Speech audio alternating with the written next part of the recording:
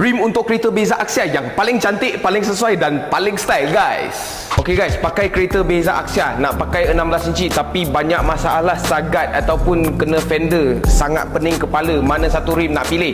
Okay, hari ni Wan Cina nak review 3 set rim Jepun yang spek dia sangat sesuai untuk kereta Beza dan Axia dan tak akan sagat selepas ni guys. Okay, so di depan Wan Cina ni ada 3 set rim Jepun daripada jenama SSR. Okay, model dia ialah Vienna Noble. So nama penuh dia adalah SSR Vienna Noble. Okay, sekarang kita boleh nampak memang sangat style 3 set rim ini. Okay, 3 rim yang sama tetapi warna yang tak sama. Kejap lagi kita tunjuk warna dia macam mana, tetapi kita bagi tahu spek dulu, iaitu dia spek male female guys.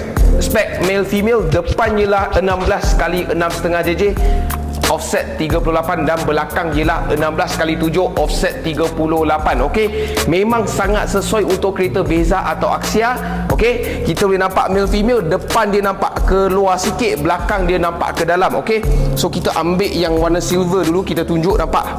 Okey, ini yang belah depan, tapi kita boleh tengok yang belah belakang ini, dia nampak ke dalam permukaan dia. So ini adalah rim spek male female, ataupun korang tak tahulah jantan betina ke macam mana ke. Okey, ada 3 warna yang ada di kedai Wan Cina ni. Okey, ini semua stok lama kita simpan. Baru sekarang kita nak review sikit bagi korang tahulah ada benda macam ni. Okey, ini ialah silver tengah, bibir dia chrome. Ini ialah polish muka dia, undercoat dia ialah yang bukan undercoat lah, cat dia yang belah dalam ialah hitam mati.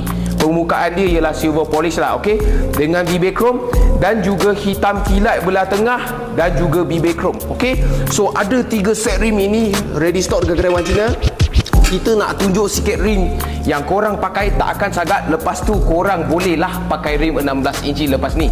Banyak orang pakai tetapi tak berapa banyak juga amount dia. Okey, so orang yang nak upgrade 15 ke 16 bolehlah tengok video ini ataupun datang cari Wan Cina ambil rim ini. Okey, so harga dia pun mampu milik. Itu saja untuk mereka ni. Kalau korang suka video ni, tolong like, share dan komen kat bawah apa yang korang nak tengok seterusnya. Macam biasa, cari rim, cari Wan Cina. Thank you guys.